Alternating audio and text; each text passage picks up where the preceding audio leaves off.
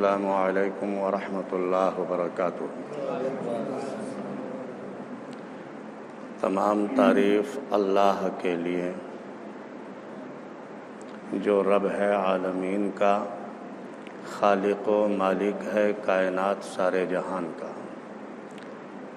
اللہ تعالیٰ کی تعریف کے بعد درود ہو جناب حضرت محمد مصطفیٰ صلی اللہ تعالی علیہ وسلم اور آپ کی آل پر، جیسا کہ آپ کا مرتبہ ہے، عظمت و شان ہے کہ آپ نبیوں کے بھی نبی ہیں اور رسولوں کے بھی رسول ہیں، شاہوں کے تاجداروں کے بھی تاجدار ہیں، کشتی ملت کے کھیونہار سب سے انوکھے اور سب سے نرالے ہیں، حضرت عبداللہ کی آنکھوں کے تارے اور عام نبی کے راج دلارے ہیں، جن کا نام گرامی جناب محمد الرسول اللہ صلی اللہ تعالی علیہ وسلم، جو 14ویں کے چاند سے بھی زیادہ روشن اور اللہ کے بعد سب سے افضل و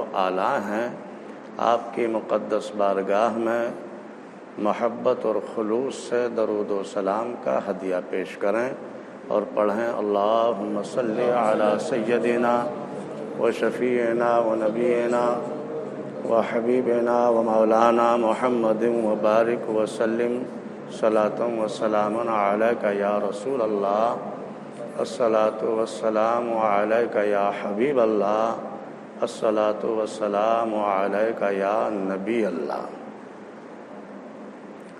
محترم بزرگوں اور دوستوں، پیارے اسلامی بھائیوں، جس طرح اللہ تعالیٰ کی ذات اور صفات لا حد اور لا زوال ہے، اسی طرح حضرت محمد مصطفیٰ صلی اللہ تعالی علیہ وسلم کا عدل و انصاف بے نظیر اور عدیم المثال ہے، جس کا ایک مثالی نمونہ اچھا اور سچا اور پکا مسلمان اپنے اخلاق اور کردار، باہمی میل و محبت، ذاتی حیثیت سے باہمی میل و محبت اور صفاتی حیثیت سے انسانی ہمدردی اور بھائی بندی اور مذہبی حیثیت سے اپنے رہنما کی پیروی اور اپنے عدل و انصاف سے اسلام اور پیغمبر اسلام کی شان و شوکت کو ظاہر کرتا ہے، اور پتہ چلتا ہے اسلام اور پیغمبر اسلام کی شان کیا ہے۔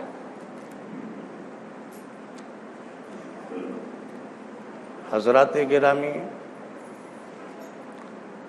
میں کچھ نمونے آپ کی سماعتوں کے حوالے کروں، آپ ان کو توجہ کے ساتھ سماعت کریں۔ آپ دیکھیں کہ مسلمانوں کے دسترخوان پر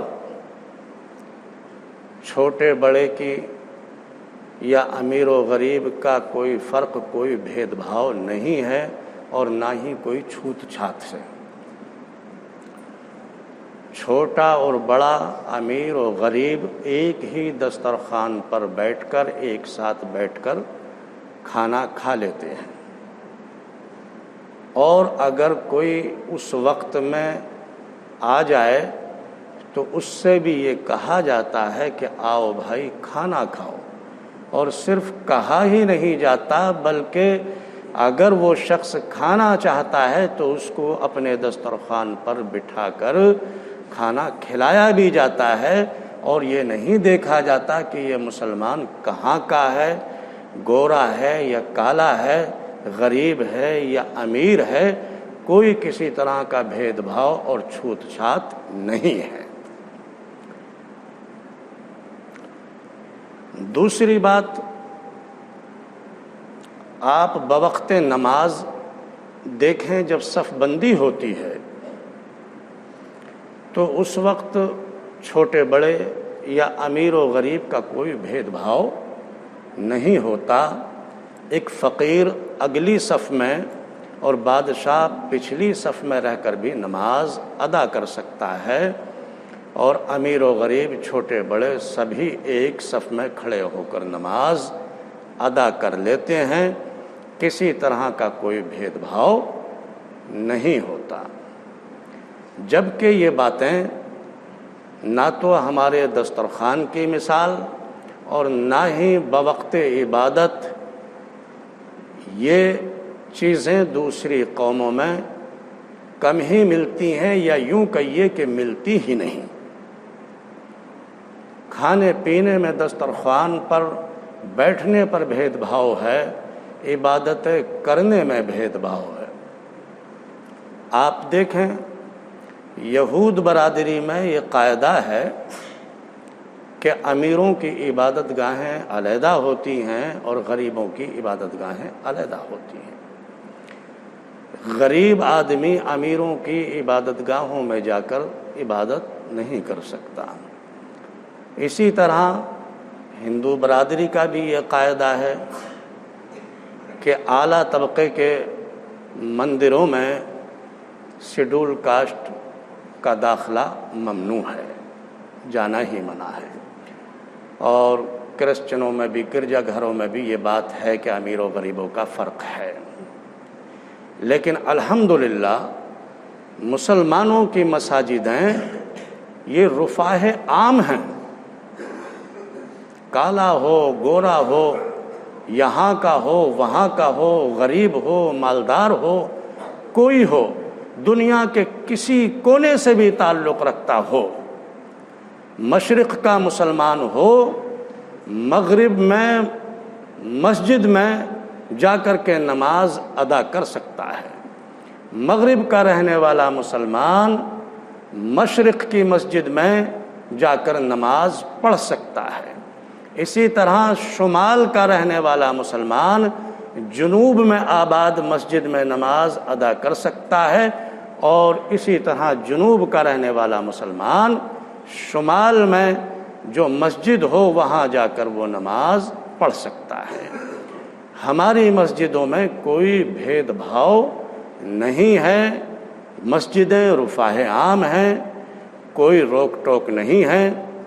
یہ مساوات، یہ اخوت و محبت، یہ مساوات، یہ برابری جو اسلام کے اندر ہے وہ دوسرے مذاہب میں کم ہی ملتی ہے، یا آپ یوں کہہ لیں کہ ملتی ہی نہیں.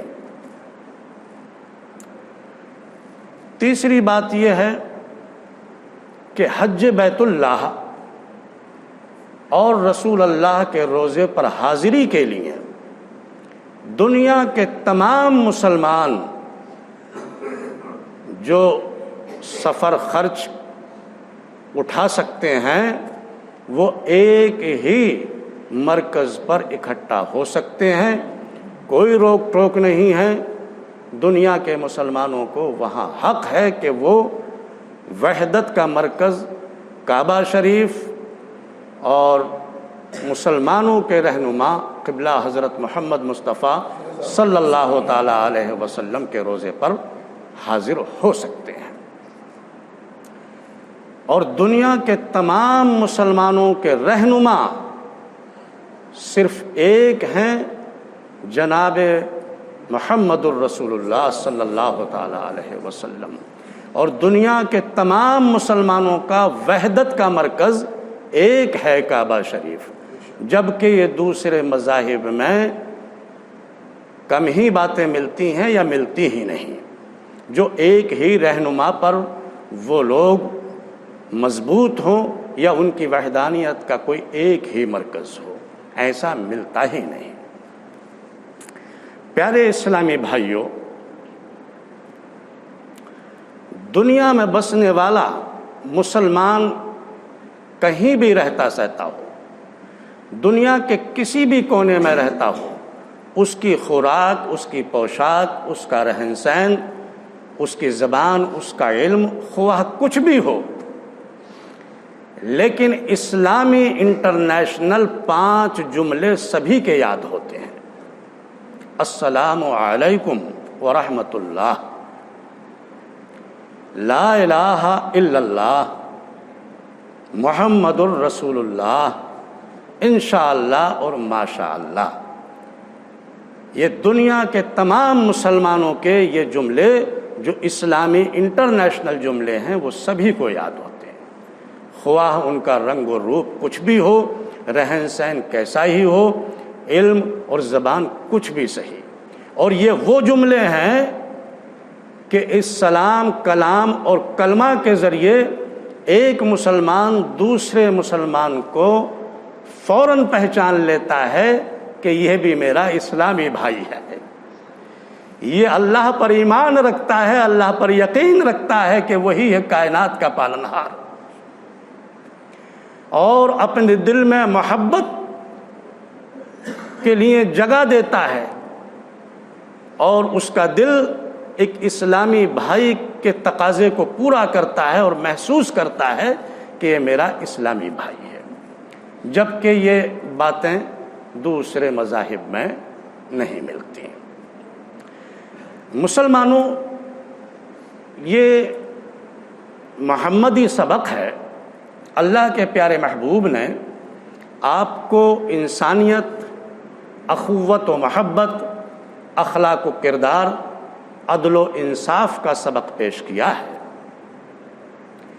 اور اسی سبق کو محفوظ رکھنے کے لیے، محمدی سبق کو محفوظ رکھنے کے لیے نواسۂ رسول حضرت امام حسین رضی اللہ تعالی عنہ نے اپنی جان کی قربانی دے دی اور اللہ کی راہ میں شہید ہو گئے، لیکن اس محمدی سبق کو مٹنے نہیں دیا. یہی وجہ ہے کہ دنیا کا ہر مسلمان، خواہ کسی بھی فرقے سے ہو یا کہیں بھی ہو، لیکن حضرت امام حسین رضی اللہ تعالی عنہ سے عقیدت و محبت رکھتا ہے. حضرت امام حسین اگر انسانیت کی خاطر اور محمدی سبق کو اپنی جان کی بازی لگا کر، اپنی قربانی دے کر اگر نہ بچاتے تو اسلام کے نام پر آج بھی وہی جاہلیت اسلام کہلاتی اور مذہب کہلاتی.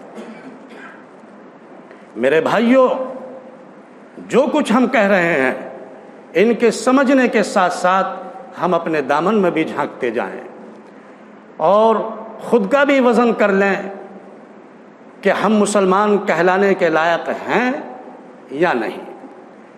ہم عدل و انصاف پر کس طرح سے عمل کرتے ہیں، ہمارا اخلاق کیا ہے، ہمارا کردار کیا ہے، ہم ذرا خود کو بھی دیکھ لیں. اللہ کے پیارے محبوب حضور اکرم صلی اللہ تعالی علیہ وسلم کی بارگاہ میں ایک مقدمہ آیا. اس مقدمے کے جو دونوں مدعی تھے وہ ایک یہودی تھا اور ایک مسلمان تھا. جھگڑا زمین کا تھا.